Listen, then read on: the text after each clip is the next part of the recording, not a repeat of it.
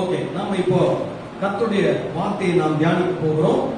நாம் எல்லாரும் வேத வசனங்களை கொலோசையர் 1ஆம் அதிகாரம் 24ஆம் வசனத்திலிருந்து 29ஆம் வசனம் வரைக்கும் உள்ள ஒரு பகுதிக்கு நாம் திருப்பிக் கொள்ளலாம்.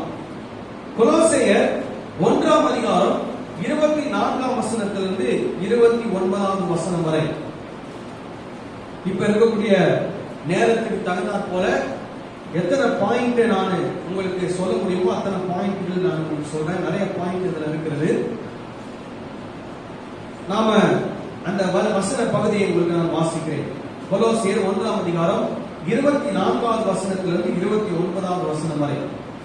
இப்பொழுது நான் உங்கள் நிமித்தம் அனுபவிக்கிற பாடுகளில் சந்தோஷம் அடைந்து கிறிஸ்துவினுடைய உபத்திரவங்களில் குறைவானதை அவருடைய சரீரமாகிய சபைக்காக என் மாம்சத்திலே நிறைவேற்றுகிறேன்.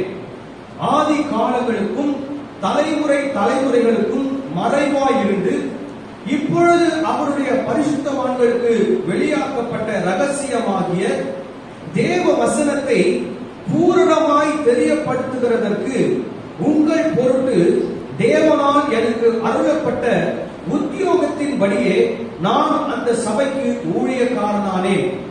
புறஜாதிகளுக்குள்ளே விளங்கிய இந்த ரகசியத்தில் உள்ள மகிமையின் ஐஸ்வர்யம் என்னதென்று தேவன் தம்முடைய பரிசுத்தவான்களுக்கு தெரியப்படுத்த சித்தமானார்.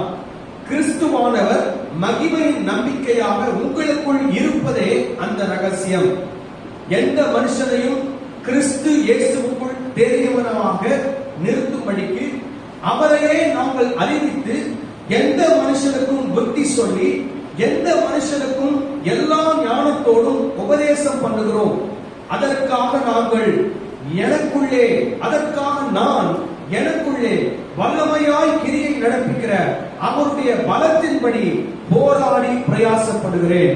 நாம் கண்களை மூடி ஜெபம் செய்யலாம். எங்களை நேசிக்கிற எங்கள் நல்ல பிதாவே, இந்த நல்ல காலை வேளைக்காக நாம் நன்றி செலுத்துகிறோம். இந்த வேத பகுதியிலிருந்து அப்போஸ்தலனாகிய பவுல் தன்னுடைய வாழ்க்கையில் இருக்கக்கூடிய சில காரியங்களை வெளிப்படுத்துகிறார். அவருடைய ஊழியத்தை குறித்த சில முக்கியமான கருத்துக்களை இங்கே அவர் வெளிப்படுத்துகிறார். அவைகளை நாங்கள் சிந்தித்து தியானித்து எங்களுடைய வாழ்க்கைக்கு அவைகளை நாங்கள் எடுத்துக்கொள்ள நீர் எங்களுக்கு அனுகிரகம் செய்தலும்படிக்கு நாங்கள் வேண்டிக் கொள்கிறோம். உங்களுடைய பரிசுத்த நாமம் மட்டுமே மகிமைப்படுவதாக இயேசு கிறிஸ்துவின் நாமத்தில் வேண்டிக் கொள்கிறேன் ஜீவனுள்ள நல்ல பிதாவே, ஆமென், ஆமென். ஹல்லேலூயா. கடந்த 2-3 வாரங்களாகவே இந்த கொலோசியர் 1ஆம் அதிகாரம் இந்த பகுதியிலிருந்து தான் நம்ம என்ன பண்றோம், வேத வசனங்களை தியானித்துக் கொண்டிருக்கிறோம். போன வாரத்திலே ஒரு குறிப்பிட்ட காரியத்தை குறித்து நான் பேசினேன். என்ன அப்படின்னா, கிறிஸ்து நமக்குள் இருப்பதே அந்த ரகசியம் என்று சொல்லி இங்கே ஒரு வசனத்தை நாம் பார்க்கிறோம். இப்போ இயேசு கிறிஸ்து நமக்குள்ளே வாசம் பண்ணுகிறார். திரியேக தேவன் பரிசுத்த ஆவியானவர் நமக்குள்ளே என்ன பண்ணுகிறார், வாசம் பண்ணி கொண்டிருக்கிறார் என்பதை குறித்து உங்களுக்கு நான் சில வசனங்களை மேற்கோள் காட்டி உங்களுக்கு நான் சொன்னேன். அப்போ நாம் புரிந்து கொள்ள அறிந்து கொள்ள வேண்டிய ஒரு விஷயம், அதாவது பொதுவா சொல்வாங்க, கடவுளை குறித்ததான ஒரு தெளிவான புரிந்து கொள்ளுதல் நமக்கு அவசியம். கடவுளை குறித்து நீங்கள் தெளிவாய் புரிந்து கொண்டால் நீங்கள் என்ன விசுவாசிக்கிறீர்கள் என்பது தெளிவாக இருக்கும். நீங்கள் எதை தெளிவாக விசுவாசிக்கிறீர்களோ அதை பொறுத்துதான் உங்களுடைய வாழ்க்கை இருக்கும். இன்னைக்கு அநேக கிறிஸ்தவனுடைய வாழ்க்கையை பார்த்தீங்கன்னா வேதம் சொல்லுகிறது ஒன்று, வாழ்க்கை ஒன்று, அப்படிதான் இருக்கிறது. அதற்கு காரணம் என்ன அப்படின்னு கேட்டீங்கன்னா, அவங்களுடைய விசுவாசம் சரியில்லை. அவங்க விசுவாசம் சரியில்லாததுக்கு காரணம் என்னன்னு கேட்டீங்கன்னா, அவங்க ஆண்டவரை சரியா என்ன பண்ணலன்னா புரிந்து கொள்ளணும்னு அர்த்தம். ஆண்டவரை சரியா புரிஞ்சுக்கிட்டா என்னுடைய விசுவாசம் சரியா இருக்கும். என்னுடைய விசுவாசம் சரியா இருந்தா என் வாழ்க்கை சரியா இருக்கும். ஆமென் சொல்லுங்க. அப்போ நீங்க அல்லது மற்றவர்களுடைய வாழ்க்கையில யோசித்து பார்க்கும்போது, என் வாழ்க்கை சரியில்லை, அவங்க வாழ்க்கை சரியில்லை அப்படின்னு நம்ம நினைச்சோம்னா அதற்கு காரணம் என்னன்னா விசுவாசம். அதற்கு காரணம் என்னன்னா தேவனை புரிந்து கொள்வது. அல்லேலூயா. இப்போ அதுதான் தேவனை புரிந்து கொள்வதை குறித்து தான் உங்களுக்கு போன வாரத்தில் சொன்னேன். இங்கே பவுல் தெளிவா சொல்றாரு, கிறிஸ்துவானவர் மகிமையின் நம்பிக்கையாக உங்களுக்குள் இருப்பதே அந்த ரகசியம். ஒரு ரகசியத்தை பவுல் கற்றுக் கொடுத்திருக்கிறார். ஏன்னா இந்த ரகசியம் பழைய ஏற்பாட்டில் உள்ள விசுவாசிகளுக்கு வெளிப்படுத்தப்படாத ஒரு ரகசியம். என்ன ரகசியம்? கிறிஸ்துவானவர் உங்களுக்குள்ளே வாசம் பண்ணுகிறாரே, அந்த ரகசியம் பழைய ஏற்பாட்டு காலங்களிலே வாழ்ந்த பரிசுத்தவான்களுக்கு வெளிப்படுத்தப்படாத ஒரு ரகசியம். அந்த ரகசியத்தை ஆண்டவர் நமக்கு வெளிப்படுத்தி இருக்கிறார். ஹல்லேலூயா.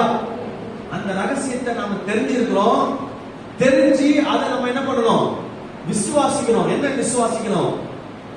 கிறிஸ்து எங்களுக்குள்ளே என்ன பண்ணுகிறார்? இருக்கிறார். ஆமென் சொல்லுங்க.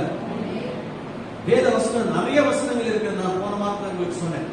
சரி, இந்த வாரத்திலே இந்த பகுதியிலிருந்து இன்னொரு ஒரு முக்கியமான ஒரு காரியத்தை நாம் பார்க்க போகிறோம். அது என்ன அப்படின்னு கேட்டீங்கன்னா, பவுல் தன்னுடைய ஊழியத்தை குறித்த தன்னுடைய ஒரு நம்பிக்கை, அதாவது என்ன சொல்லுவாங்கன்னா, பால்ஸ் philosophy of ministry.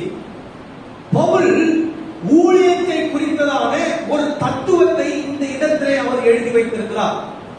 ஊழியத்தை குறித்ததான ஒரு தத்துவம். அதாவது ஊழியம் அப்படின்ற ஒரு வார்த்தையை நம்ம கிறிஸ்தவ வட்டாரங்களில் அடிக்கடி பயன்படுத்துவோம். இப்போ புதிய ஏற்பாட்டு காலத்திலே நாம எல்லாருமே ஆண்டவருக்கு ஊழியம் செய்ய வேண்டியவர்கள். ஆமென் சொல்லுங்களேன். இதுல போதகர் மட்டும்தான் ஊழியம் செய்யணும் அப்படின்னு இல்ல, எல்லாருமே என்ன பண்ணணும்?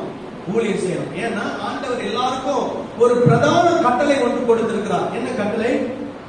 நீங்கள் புறப்பட்டு போய் சகல ஜனங்களையும் சீஷராக்கி பிதா குமாரன் பரிசுத்த ஆவியின் நாமத்தினாலே அவங்களுக்கு என்ன பண்ணுங்கள்? ஞானஸ்நானம் கொடுத்து நான் உங்களுக்கு கற்பித்த யாவைகளும் அவர்கள் கைக்கொள்ளும்படிக்கு அவர்களுக்கு என்ன பண்ணுங்கள்? உபதேசம் பண்ணுங்கள்.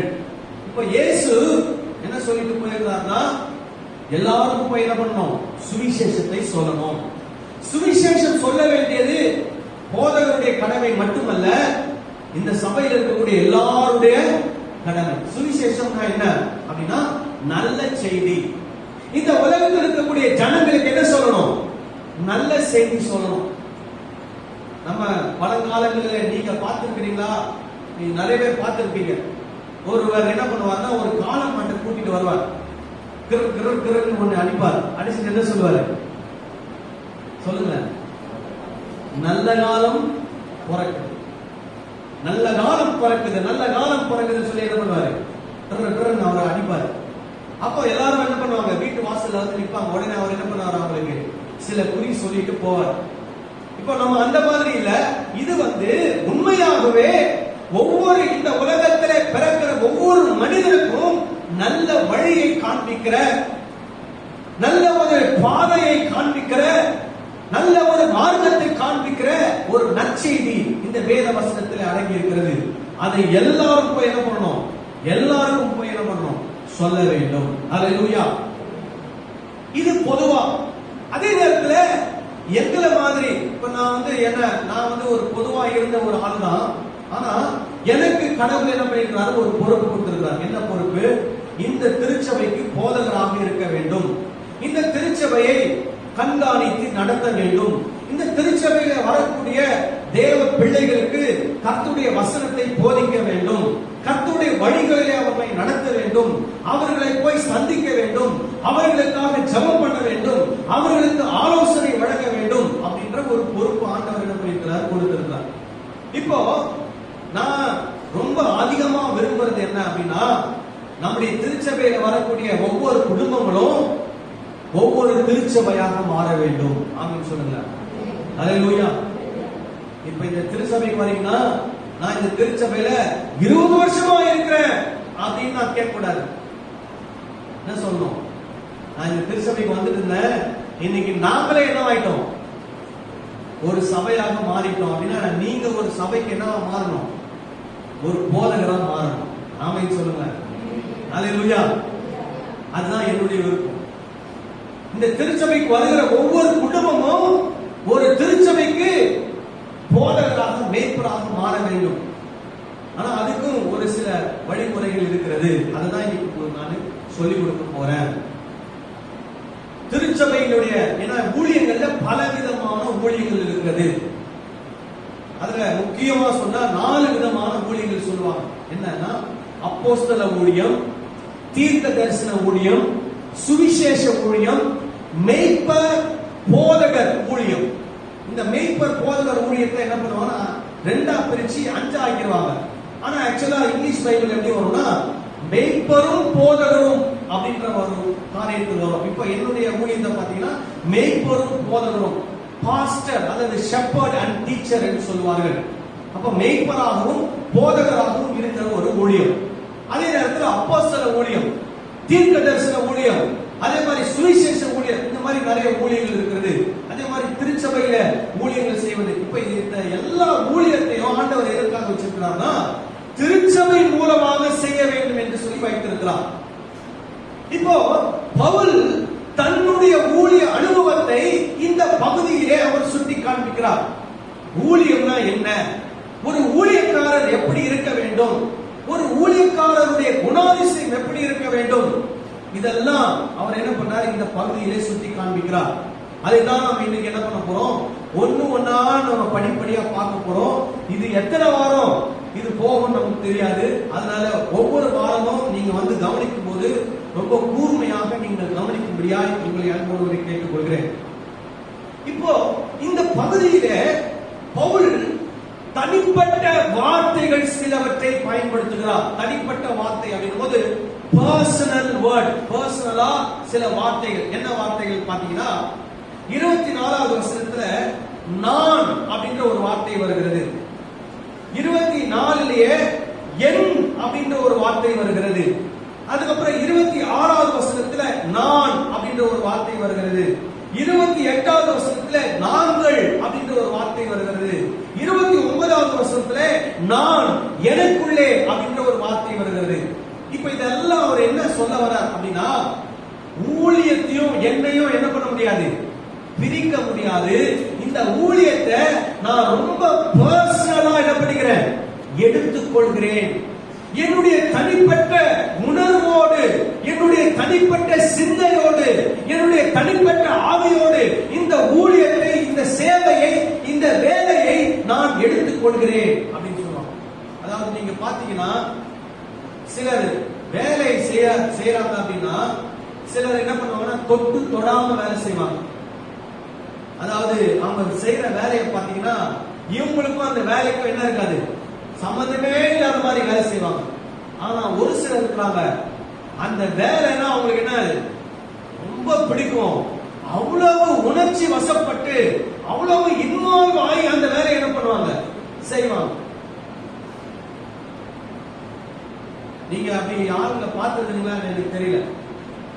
நம்ம சபைக்கு ஒரு சகோதரர், அவர் டிரைவர், அவர் சொல்லுவாரு சின்னதுல இருந்தே எனக்கு டிரைவிங் தான் ரொம்ப பிடிக்கும் பாஸ்டர். அதனால நான் எப்ப வண்டி ஓட்டினாலும் எப்படி ஓட்டுவேன், அப்படியே அந்த வண்டியில அப்படியே அந்த ஓட்டுறதுல இன்வால்வ் ஆகி நான் என்ன பண்ணுவேன், வண்டியை ஓட்டுவேன். அவ்வளவு பிடிக்கும் எனக்கு வண்டி ஓட்டுறதுதான் சொல்லி சொல்லுவாரு. அந்த மாதிரி பவுல் வந்து என்ன பண்றாருன்னா ஊழியம் அப்படின்னு வரும்போது அவர் அந்த அளவுக்கு அந்த ஊழியத்தோடு கூட இணைந்து அதுல அப்படியே கலந்து அவர் என்ன பண்றாராம், ஊழியத்தை செய்கிறார். அப்போ ஊழியம் அப்படின்னு சொல்லி வரும்போது ஊழியம் செய்கிற ஒவ்வொருவரும் எப்படி ஊழியம் செய்யணும்னா அந்த தன்னுடைய தனிப்பட்ட காரியத்தோடு அந்த அனுபவத்தோடு அந்த ஊழியத்தை என்ன பண்ணணும், செய்ய வேண்டும். அல்லேலூயா. இப்போ இதுல இன்னும் ஒரு சில விஷயத்தை உங்களுக்கு நான் சொல்ல விரும்புகிறேன்.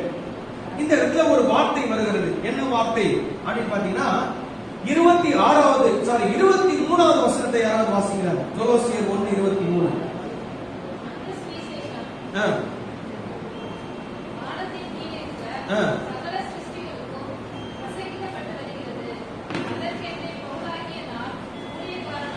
அதற்கென்றே பவுலாகிய நான் என்னானே, ஊழியக்காரனானே அப்படின்ற ஒரு வார்த்தையை பயன்படுத்துறார். இங்க எதுக்கு பயன்படுத்துறாருன்னா சுவிசேஷத்தை அறிவிப்பதற்காக ஊழியக்காரனானே. அடுத்தது 26வது வசனத்தை வாசிங்க.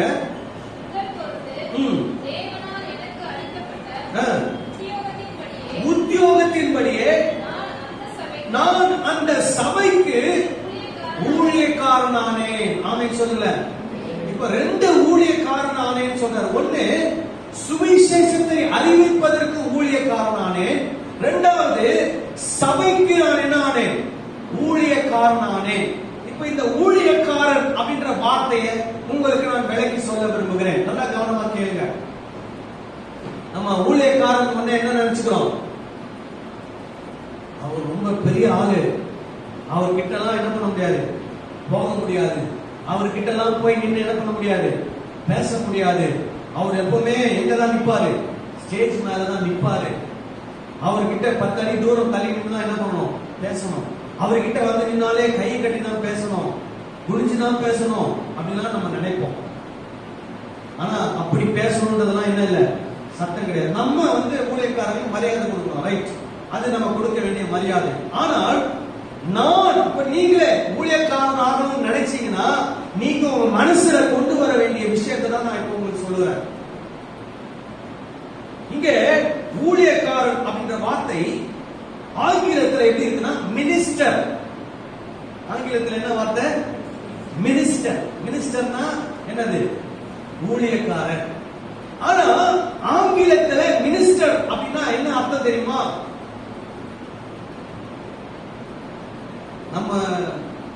நம்ம சொல்லுவோமே, அரசியல்ல சொல்லுவோம் பாத்தீங்களா மினிஸ்டர்னு, அந்த அர்த்தம் கிடையாது. மினிஸ்டர் அப்படின்னா ஆங்கிலத்தை பொறுத்த வரைக்கும், ஆங்கில மொழிபெயர்ப்புல சர்வெண்ட் அப்படின்னு அர்த்தம். என்னது? சர்வெண்ட், வேலைக்காரர் அப்படின்னு அர்த்தம். அப்போ ஊழியக்காரர் அப்படின்ற வார்த்தைக்கு என்ன அர்த்தம் சொல்லுங்க? வேலைக்காரர். நாங்க யாருக்கு வேலைக்காரர்? ஆண்டவருக்கு வேலைக்காரர். ஆமென் சொல்லுங்க. ஹல்லேலூயா. அதுவும் ஊழியக்காரர் அப்படின்னும் போது அதுல ஒரு கொஞ்சம் ஒரு உயர்வான ஒரு பதம் இருக்கிறது போல நமக்கு தெரிகிறது. ஆனா அதனுடைய உண்மையான அர்த்தம் என்னன்னு கேட்டீங்கன்னா என்ன அர்த்தம்? வேலைக்காரர். ஆண்டவருக்கு என்னவா இருக்கிறோம்? வேலைக்காரராக இருக்கிறோம். தேவனுடைய திருச்சபைக்கு என்னவா இருக்கிறோம்? வேலைக்காரராக இருக்கிறோம். ஆமென் சொல்லுங்க. அப்ப ஊழியம் செய்யணும்னு உங்க மனசுல அல்லது உங்க உள்ளத்துல ஆண்டவர் ஊழியம் செய்ய உங்க அழைக்கிறாரு, இல்ல ஊழியம் செய்யணும்னு நீங்க வாஞ்சையா இருக்கிறீங்க அப்படின்னா முதல்ல உங்க மனசுல கொண்டு வர வேண்டிய விஷயம்னா நான் கடவுளுடைய வேலைக்காரன். என்ன சொல்லுங்க? கடவுளுடைய வேலைக்காரன். இப்போ நம்ம வீட்டுல வேலைக்கு ஆளை வச்சோம்னா என்ன சொல்லுவோம், என்ன பண்ணுவோம்? நம்ம என்னென்னலாம் சொல்றோமோ அதெல்லாம் அவங்க என்ன பண்ணணும், செய்யணும். அதே மாதிரிதான் கடவுளுடைய வேலைக்காரதா இருக்கிற நாம கடவுள் சொல்றத மட்டும்தான் என்ன பண்ணணும், செய்யணும். ஆமென் சொல்லுங்க. நம்ம இஷ்டத்துக்கு எல்லாத்தையும் என்ன பண்ணக்கூடாது, செய்யணும். இன்னொருத்தர் செய்யறத பார்த்து என்ன பண்ணக்கூடாது, காப்பி அடிக்கூடாது. நல்லா கவனிங்க. இப்ப இருக்கக்கூடிய காலகட்டங்களில் பாத்தீங்கன்னா முன்னாடி ஒரு நல்ல ஒரு ஊழியக்காரர் இருந்தார், இவாஞ்சலிஸ்ட் டிஜிஎஸ் தினகரன் ஐயா இருந்தார். அவர் காலத்துக்கு அப்புறமா பாத்தீங்கன்னா நிறைய பேரு அவரை போலவே காப்பி, அப்படியே புருவத்தை உயர்த்துறது, தலை ஆட்டுறது, பாட்டு பாடுறது, அவரை மாதிரியே பண்றது. இப்போ ஆண்டவர் நம்மளை வந்து எதுக்கு அழைச்சிருக்கிறாரு? யார மாதிரி இருக்கணும்? யார போல மாறணும்? டிஜிஎஸ் ஐயாவை போல மாறணுமா அல்லது இயேசு கிறிஸ்துவ போல மாறணுமா? இயேசு கிறிஸ்துவ போல மாறணும். இப்போ உங்களுக்குன்னு ஒரு பாணி இருக்கிறது, அந்த பாணியில தான் நீங்க என்ன பண்ணணும், ஊழியத்தை செய்யணும். உங்களுக்கு இருக்கிற பாணியில ஆண்டவர் உங்களை என்ன செய்ய சொல்றாரோ அதை நீங்க என்ன பண்ணணும், செய்யணும். அதுதான் என்னது ஊழியம், அதுதான் வேலைக்காரன். வேலைக்காரனுக்கு அழைப்பு. இந்த வேலைக்காரன்ற வார்த்தைக்கு கிரேக்க மொழியில இருக்கக்கூடிய அர்த்தம் என்ன அப்படின்னு பாத்தீங்கன்னா காமன் பர்சன். என்னது காமன் பர்சன் அப்படின்னா பொதுவான ஒரு நபர். நல்லா கவனிக்கணும். பவுல் வந்து ஊழியம் செய்யும் போது மக்களோட மக்களா பொதுவான ஒரு நபராக அவர் காணப்பட்டார். இயேசு கிறிஸ்துவை குறித்து நீங்க கொஞ்சம் யோசிச்சு பாத்தீங்கன்னா எனக்கு அடிக்கடி அவரை குறித்து நினைக்கும் போது என்ன நான் ரொம்ப வியந்து போகிற ஒரு காரியம் என்ன தெரியுமா? இயேசு கிறிஸ்துவை பிடிக்க வரும்போது அவர் சீஷர் கூட்டத்தில் இயேசு கிறிஸ்து யாருன்னே மத்தவங்களால என்ன பண்ண முடியல, கண்டுபிடிக்க முடியல. இயேசு கிறிஸ்துடைய ஒரு சீஷனை கூப்பிட்டு ரகசியமா அவன்கிட்ட ஒரு திட்டத்தை போட்டு, உனக்கு நான் வெள்ளி காசு கொடுக்கிறேன், நீ யாரை காட்டி கொடு, இயேசு கிறிஸ்து யாரும் காட்டி கொடு. ஏன்னா அந்த கூட்டத்துல இயேசு யாரும் எங்களால என்ன பண்ண முடியல, கண்டுபிடிக்கவே முடியல. அவ்வளவுக்கு அவ்வளவு அவர் எப்படி இருந்தாரு, தன்னுடைய சீஷர்களோடு கலந்தவராய் இருந்தார். அவருக்கும் சீஷர்களுக்கும் என்ன இல்லை, வித்தியாசமே பார்க்க முடியல. அந்த சீஷர்கள் மேல என்ன வாசனை அடிச்சதோ அதே வாசனை தான் யார் மேல அடிச்சிச்சு, இயேசு கிறிஸ்து. அந்த சீஷர்கள் என்ன சாப்பிட்டாங்களோ அதே தான் அவரும் சாப்பிட்டார். அந்த சீஷர்கள் எங்கே படுத்து உறங்கினார்களோ அங்கேதான் அவர் படுத்து உறங்கினார். அந்த சீஷர்களோடு நடந்து போனார், சீஷர்களோடு நடந்து வந்தார். ஒரு காமன் பர்சன், ஒரு பொதுவான நபரை போல அவர் வாழ்ந்தார். அதுதான் பவுல் சொல்றாரு, நான் சுவிசேஷத்திற்காக ஊழியக்காரன் அப்படின்னு சொல்லும்போது, சுவிசேஷம் அறிவிக்க போகும்போது நான் ஒரு சாதாரண மனிதனை போலதான், எல்லா மனிதர்களை போலதான் ஒரு மனிதனை போல நான் போறேன். திருச்சபையில் இருக்கும் போதும் உங்களை மாதிரி நானும் ஒரு ஆளு, உங்களுக்கு எனக்கு என்ன இல்ல வித்தியாசம் கிடையாது.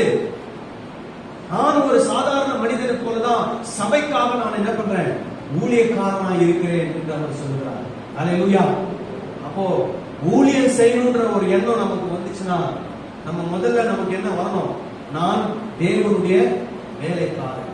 நான் ஒன்னும் ரொம்ப ஸ்பெஷலான ஆளு கிடையாது, நான் ஒரு பொதுவான நபர், மற்றவர்களை போல நானும் ஒருவன் அப்படின்ற எண்ணம் நமக்கு என்ன பண்ணணும், எப்பொழுதும் இருக்கணும்.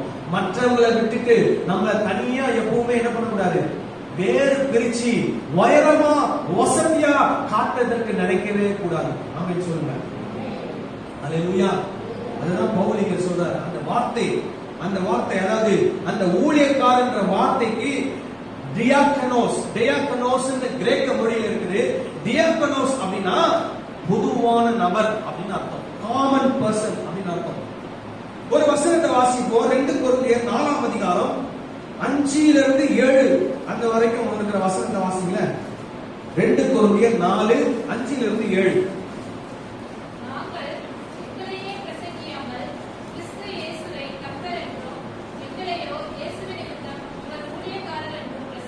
சரி, இங்க என்ன சொல்றாரு பாருங்க. அடுத்தது என்ன சொல்றாரு, நாங்கள் எங்களையே பிரசங்கியாமல். சில இடத்துக்கு போனீங்கன்னா அங்க என்னதான் பிரசங்கம் ஓடும், இல்ல நம்ம ஊழியம் செய்ய போனா என்னதான் நடப்பாங்க, நம்மளை பத்தியே பேசுறது. என்னன்னு, நான் இங்க போனேனாக்கும், நான் அங்க வந்தேனாக்கும், நான் அந்த ஊருக்கு போனேனாக்கும், இந்த பேரை இவங்களுக்கு ஜெபம் பண்ண உடனே அவங்களுக்கு என்ன ஆயிடுச்சு, சுகமாயிடுச்சாக்கும், இவங்களுக்காக ஜெபம் பண்ணி பிசாசம் என்ன ஆயிடுச்சு, ஓடி போச்சுதாக்கும். நான் ஒரு முறை ஒரு ஊழியக்காரர் ஒருத்தரை மீட் பண்ணேன். அப்போ அவரு எங்க திருச்சபையில வந்து பிரசங்கம் பண்றதுக்காக வந்தார். நாங்க சேலத்தில் இருக்கும்போது வந்தார். வந்தபோது அவர்கிட்ட பேசிட்டு போது அவர் ஒரு டைரி ஒன்று எடுத்தார். எடுத்து அதை ஓபன் பண்ணி காமிச்சாரு. அதுல ஒரு 1-2 நம்பர் ஒரு பக்கம் போட்டிருந்தது, இன்னொரு பக்கம் கையெழுத்து போட்ட மாதிரி நிறைய இருந்தது. கிட்டத்தட்ட ஒரு 180-200 நம்பர் போட்டு வலது பக்கத்துல அந்த பேரு போட்டு பக்கத்துல ஒரு கையெழுத்து. என்னது என்ன இது என்ன அது அப்படின்னு கேட்டா, அவர் இத்தனை பிசாசை துரத்தி இருக்கிறாராம். ஒவ்வொரு பிசாசு போகும்போது கையெழுத்து போட்டு போக சொல்லுவாராம். ஒவ்வொரு பிசாசும் போகும்போது என்ன பண்ணுவான், அந்த பேருக்கு பக்கத்துல கையெழுத்து போட்டு போவோம். அவர் எங்க போனாலும் அந்த டைரி என்ன பண்றாரு, தூக்கிட்டு போய் காட்டுறாரு. நான் இத்தனை பிசாசு என்ன பண்ணி இருக்கிறேன், துரத்தி இருக்கிறேன், இத்தனை பிசாசு என்ன பண்ணி இருக்குது, கையெழுத்து போட்டு போயிருக்கு. ஆனா இங்க பவுல் சொல்றாரு, நாங்கள் எங்களையே பிரசங்கியாமல், எங்களை பத்தியே நாங்க என்ன பண்ண மாட்டோம், பேச மாட்டோம். அப்ப ஊழியக்காரனா என்ன பண்ணக்கூடாது,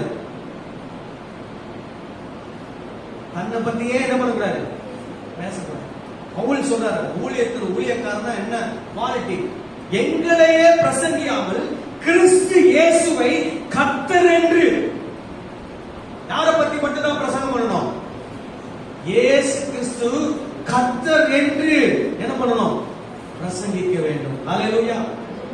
எங்க போய் யாருகிட்ட கர்த்தருடைய வார்த்தையை பத்தி நீங்க பேசினாலும் ஒன்றை மட்டும் மறக்க கூடாது, இயேசு கிறிஸ்துவே ஆண்டவர் என்பதை உங்க வாயால என்ன பண்ணணும், அந்த இடத்துல சொல்லிட்டு வரணும். ஆமென் சொல்லுங்க. ஹalleluya. பவுல் அதான் சொல்றாரு, நாங்க எங்களை பத்தி பிரசங்கம் பண்றதில்லப்பா, யாரை பத்தி பிரசங்கம் பண்றோம்னா கிறிஸ்து இயேசுவை கர்த்தர் என்று, எங்களையோ இயேசுவின் நிமித்தம் உங்கள் ஊழியக்காரர் என்று பிரசங்கிக்கிறோம். என்ன சொல்றாரா, நான் கர்த்தர் இல்ல, இயேசு கர்த்தர், நான் உங்களுடைய வேலைக்காரன். ஆமென் சொல்லுங்க. ஹalleluya. ஊழியம் செய்யணும், ஊழியக்காரனுடைய எண்ணம் அப்படின்னும் போது பிரசங்கம் வந்துட்டாலே நம்மளை பத்தி ஒண்ணுமே அங்க என்ன பண்ணக்கூடாது, இருக்கக்கூடாது. யாரை பத்தி மட்டும்தான் இருக்கணும், இயேசு கிறிஸ்துவை பத்தி மட்டும்தான் இருக்க வேண்டும். ஹalleluya. ஏன்னா இயேசு என்ன சொல்லியிருக்கிறார்னா, நான் உங்களுக்கு கற்பித்த யாவையும் அவர்கள் கைக்கொள்ளும்படிக்கு அவர்களுக்கு என்ன பண்ணுங்கள், உபதேசம் பண்ணுங்கள். இப்ப எல்லா திருச்சபைகளிலும் உபதேசம் பண்ண வேண்டிய ஒரே விஷயம், இயேசு கிறிஸ்து என்ன போதித்தார், இயேசு என்ன கற்றுக் கொடுத்தார், அதை மட்டும்தான் என்ன பண்ணணும், திருச்சபையில போதிக்கணும். ஹalleluya. பாருங்க, பவுல் சொல்றாரு, நாங்கள் எங்களை பற்றி பிரசங்கிக்கிறது. அப்புறம் 6வது வசனம், இருளில் இருந்து வெளிச்சத்தை பிரகாசிக்க சொன்ன தேவன் இயேசு கிறிஸ்துவின் முகத்தில் உள்ள தமது மகிமையின் அறிவாகிய ஒளியை தோன்ற பண்ணும் பொருட்டாக எங்கள் இருதயங்களிலே பிரகாசித்தார். இந்த மகத்துவம் உள்ள வல்லமை எங்களால் உண்டாயிராமல் தேவனால் உண்டாயிருக்கிறது என்று விளக்கும்படி இந்த பொக்கிஷத்தை மண் பாண்டங்களில் என்ன பண்ணிருக்கிறோமா, பெற்றிருக்கிறோம். அவர் சொல்றாரு, தேவனுடைய இயேசு கிறிஸ்துவின் முகத்தில் உள்ள மகிமையின் அறிவாகிய ஒளியை தோண்ட பண்ணும் பொருட்டு எங்கள் இருதயங்களிலே பிரகாசித்தார். என்ன பிரகாசிக்கிறதா, இருதயத்துல ஆண்டவருடைய ஒளி இருதயத்துல பிரகாசிக்கிறதா. அவர் சொல்றாரு, இது மகத்தான வல்லமை எங்களால் உண்டாயிராமல் தேவனால் உண்டாயிருக்கிறது என்று விளங்கும்படி அந்த பொக்கிஷம், எந்த பொக்கிஷம், தேவனை அறிகிற அறிவு, அந்த ஒளி, அந்த வெளிச்சம், அந்த மகிமை என்ற அந்த பொக்கிஷம் மண் பாண்டங்களில் பெற்றிருக்கிறோம். அவர் சொல்றாரு, நாங்கெல்லாம் யார் மாதிரி, மண் பாண்டம் மாதிரி அப்படின்றார். ஏன் தெரியுமா மண் பாண்டம் அப்படின்னு சொல்றாரு? ஏன்னா யூத கலாச்சாரத்துல ஒரு வீட்டுல நிறைய பாத்திரங்கள் இருக்கும். வெள்ளி பாத்திரம் இருக்கும், தங்கத்துல பாத்திரம் இருக்கும், பித்தளையில பாத்திரம் இருக்கும், அப்புறம் மண்ணில் என்ன இருக்கும், பாத்திரங்கள் இருக்கும், மண் பாண்டங்கள் இருக்கும். இப்போ அந்த வீட்டுல இருக்கிறவங்க என்ன பண்ணுவாங்கன்னா, சாப்பிடுவதற்கு குடிப்பதற்கு பயன்படுத்தக்கூடிய பாத்திரங்கள், சமைப்பதற்கு பயன்படுத்தக்கூடிய பாத்திரங்கள்லாம் என்ன, வெள்ளியிலையும் தங்கத்திலையும் பித்தளையிலையும் அப்படிப்பட்டதான பாத்திரங்கள் அவங்க என்ன பண்ணுவாங்களாம், அந்த டேபிள்ல வச்சு அவங்க சாப்பிடறதுக்கு குடிக்கிறதுக்கு அவங்க யூஸ் பண்ணுவாங்க. இதெல்லாம் சாப்பிட்டு முடிச்சதுக்கு அப்புறமா அந்த டேபிள்ல விழக்கூடிய வேஸ்டேஜ், கழிவுகளை அகற்றுவதற்கு மண் பாண்டங்களை என்ன பண்ணுவாங்களாம், பயன்படுத்துவாங்க.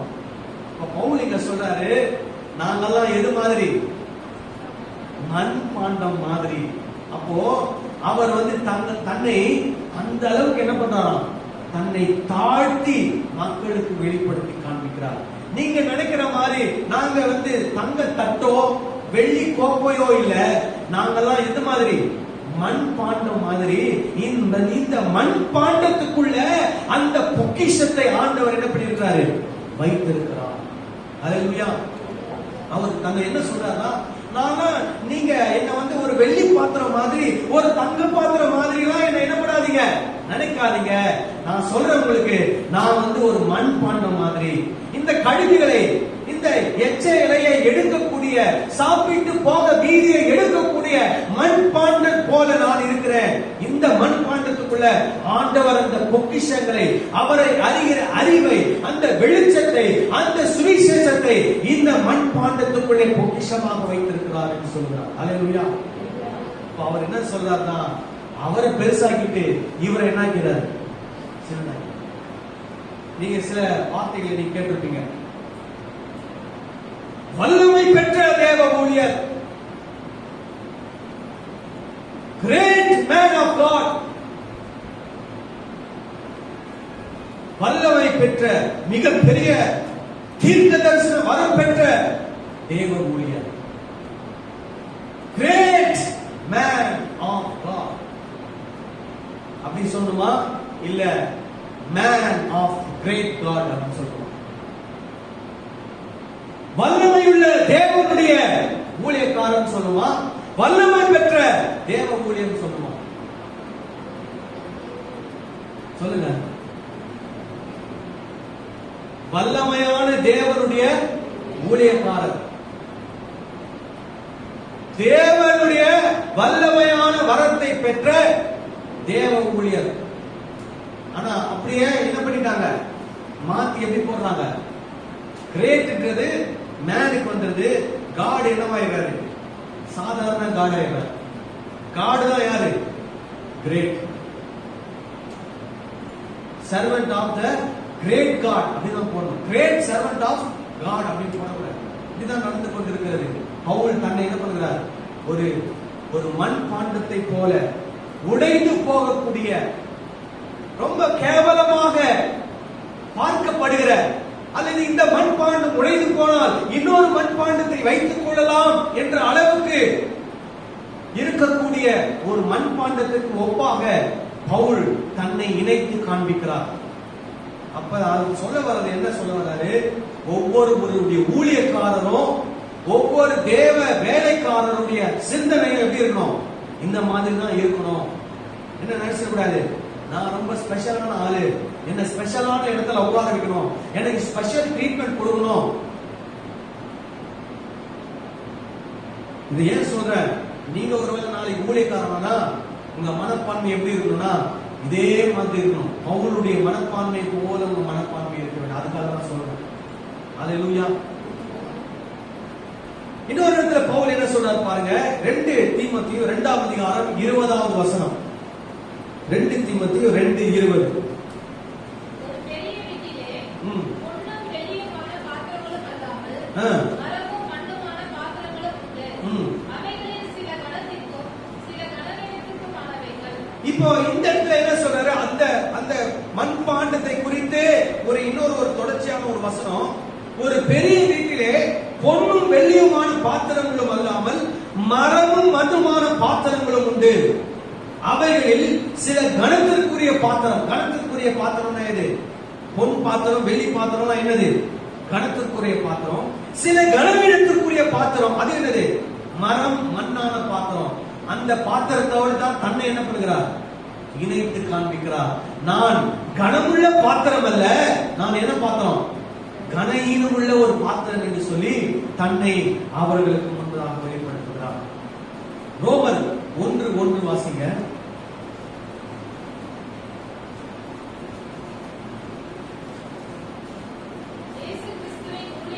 இயேசு கிறிஸ்துவின் ஊழியக்காரனும் அப்போஸ்தலன் ஆகும்படி அழைக்கப்பட்டவனும் தேவனுடைய சுவிசேஷத்திற்காக பிரித்தெடுக்கப்பட்டவனுமாகிய பவுல் அப்படின்னு சொல்றார். இங்கே அவரை என்னன்னா சொல்றாரு, முதல்ல இயேசு கிறிஸ்துவின் ஊழியக்காரன், அப்போஸ்தலன் ஆகும்படி அழைக்கப்பட்டவன், தேவனுடைய சுவிசேஷத்திற்காக பிரித்தெடுக்கப்பட்டவன். 3 விஷயத்தை சொல்றார். இதுல முதல் விஷயத்தை எடுங்க, இயேசு கிறிஸ்துவின் ஊழியக்காரன். இப்ப நம்ம தமிழ்ல என்ன போட்டிருக்காங்கன்னா இயேசு கிறிஸ்துவின் ஊழியக்காரன் அப்படின்னு போட்டிருக்காங்க. கிரேக்க மொழியில எப்படி நம்ம போட்டிருக்காங்க, கிரேக்க மொழியில ஆங்கில வேதாகமத்தில் மொழிபெயர்க்கப்பட்டிருக்கிற மொழிபெயர்ப்பு எப்படி இருக்குன்னா, பாண்ட் சர்வன்ட், ஸ்லேவ். சொல்லணும்னா இயேசு கிறிஸ்துவின் கொத்தடிமை. சாதாரண அடிமை இல்ல, என்ன அடிமை, கொத்தடிமை. சாதாரண அடிமைக்கும் கொத்தடிமைக்கும் வித்தியாசம் இருக்கு. கொத்தடிமைனா என்ன, விலை கொடுத்து வாங்கிட்டுவாங்க. அந்த அடிமையை என்ன வேணா பண்ணலாம், அதுதான் அந்த காலத்துல இருந்த ஒரு சூழ்நிலை. இப்ப பவுல் சொல்றாரு, நான் இயேசு கிறிஸ்துடைய கொத்தடிமை, பாண்ட் சர்வன்ட். அவர் சொல்றதான் நான் என்ன செய்ய முடியும். நான் சுயமா சிந்திச்சு சுயமா செயல்படுவதற்கு எனக்கு எந்த ஒரு சுயாதீனமும் அதிகாரமும் இல்லை அப்படின்னு சொல்றார். அப்படின்னா என்ன? என் இஷ்டப்படி நான் எதையும் செய்ய முடியாது. கொத்தடிமைனா அதான். உங்க அந்த இஷ்டப்படி நேரத்துக்கு சாப்பிட முடியாது, நேரத்துக்கு தூங்க முடியாது. ஒரு கடைக்கு போய் ஏதாவது ஒரு பொருள் பிரியப்பட்ட பொருள் வாங்கணும்னு நினைச்சாலும் என்ன பண்ண முடியாது, வாங்க முடியாது. எஜமான் சொல்றதை மட்டும்தான் என்ன பண்ணணும், செய்யணும். பவுல் சொல்றாரு, நான் இயேசுவின் கொத்தடிமை. இயேசு எனக்கு என்ன சொல்லுகிறாரோ அதை மாற்றம் தான் நான் அதை செய்வேன். ஆனா தமிழ்ல நமக்கு என்னன்னு வந்திருக்குது, ஊழியக்காரங்க பொதுவா போட்டாங்க. ஆனா அதனுடைய மொழிபெயர்ப்பு என்னன்னா கொத்தடிமை, பாண்ட் சர்வன்ட். எனக்குன்னு சுதந்திரம் இல்ல, எனக்குன்னு சுயாதீனம் இல்ல, நான் நினைக்கிறதெல்லாம் செய்ய முடியாது. இயேசு சொன்னதை மட்டும்தான் நான் என்ன பண்ண முடியும், செய்ய முடியும். அதுதான் இங்கே அவர் என்ன பண்ணுகிறார், அந்த வசனத்தை சொல்ற. இன்னொரு வசனம் கூட சொல்றேன். 1 கொரிந்தியர் 4ஆம் அதிகாரம் 1ஆம் வசனத்திலும் அதே அர்த்தத்தோடு வருகிறது. வாசிங்க, 1 கொரிந்தியர் 4:1. அதே பாண்ட் சர்வன்ட் அப்படின்ற அதே அர்த்தத்தோடு வருகிறது.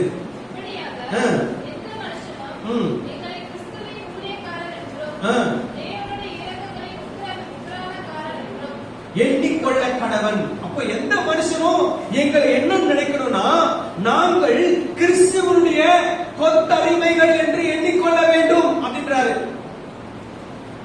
நீங்க எங்களை பார்க்கும்போது எப்படி பார்க்கணும், நாங்களாம் யாரு, இயேசு கிறிஸ்துவுக்கு அடிமைகள் என்று சொல்லி அவர் சொல்றார்.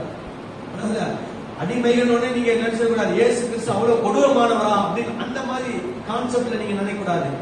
அதாவது இவரை அப்படி பார்க்கிறார். எப்படின்னா, இயேசு கிறிஸ்து என்னுடைய கடவுள், இயேசு என்னுடைய ஆண்டவர், இயேசு என்னுடைய ரட்சகர், எனக்காக உயிர் கொடுத்தவர் அப்படின்னு போது நான் என்னை அவருக்கு என்னவா கொடுக்கிறேன், அவருக்கு என்னுடைய என்னை நான் கொத்தடிமையாக கொடுக்கிறேன். அவர் என்ன சொல்கிறாரோ அதை தான் நான் செய்வேன். நீங்க நினைக்கிற மாதிரி இயேசு அந்த கொத்தடிமைகள் எல்லாம் டார்ச்சர் பண்றவர்கள், துன்புறுத்துறவர்கள். இயேசு சரியான விதத்துல எல்லாரையும் நடத்துவார். அவரை பத்தி இல்ல, இவர் பவுல் தன்னை பத்தி சொல்லுகிறார். நம்மளை நாம பார்க்க வேண்டிய விதத்தை பத்தி சொல்றார். ஒரு ஊழியக்காரர் தன்னை பார்க்க வேண்டிய விதத்தை குறித்து அவர் சொல்லுகிறார். அப்படிதான் நம்ம என்ன பண்ணணும், பார்க்கணும் அப்படின்னு சொல்றார். இன்னொரு ஒரே ஒரு விஷயத்தை சொல்றேன்.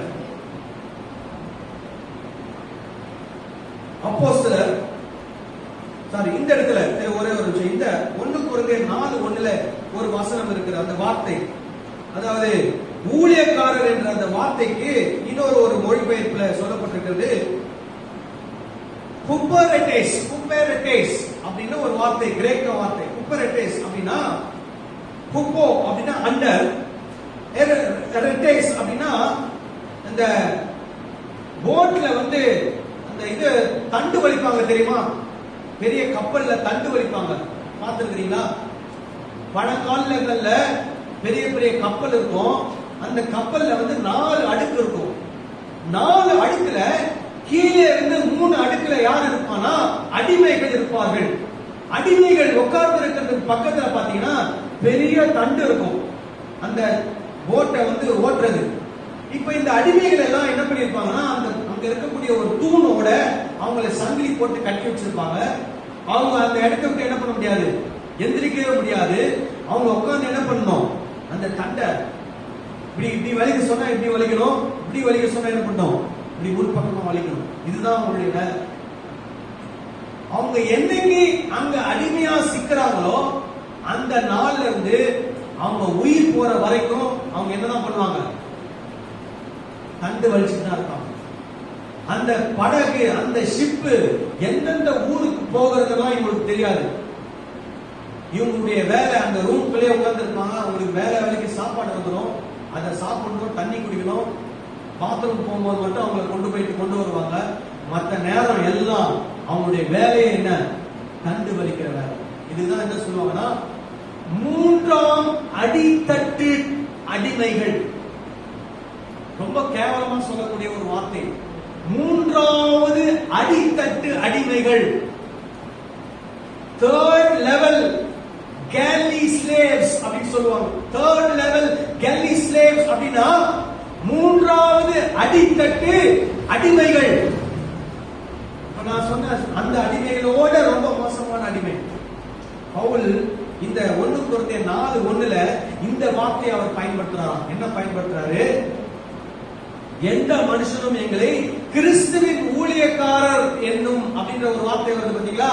அந்த இடத்துல கிறிஸ்துவின் 3வது லெவல் அடித்தட்டு அடிமைகளாக எங்களை எண்ணிக்கொள்ள கடவன் அப்படின்றார்.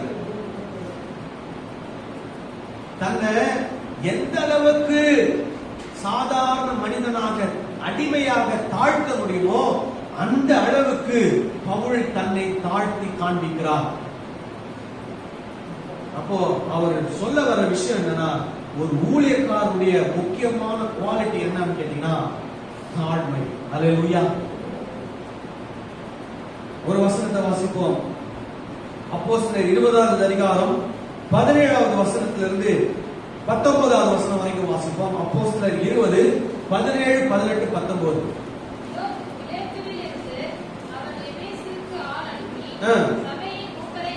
பவுல் என்ன பண்றாருன்னா, எபேசுவில் இருக்கக்கூடிய சபை மூப்பர்களை அவர் வரவழைக்கிறார்.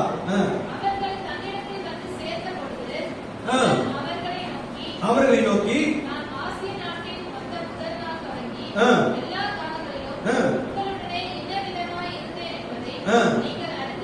சொல்றாரு, நான் உங்க கூட எப்படிலாம் பழகி இருக்கிறேன், உங்க கூட எப்படிலாம் ஊழியம் செஞ்சிருக்கிறேன், உங்க கூட எப்படிலாம் இருந்திருக்கிறேன், எல்லாமே நீங்க என்ன பண்ணிருக்கிறீங்க, அறிந்திருக்கிறீங்க, உங்களுக்கு எல்லாமே தெரியும் அப்படின்னு சொல்றாரு.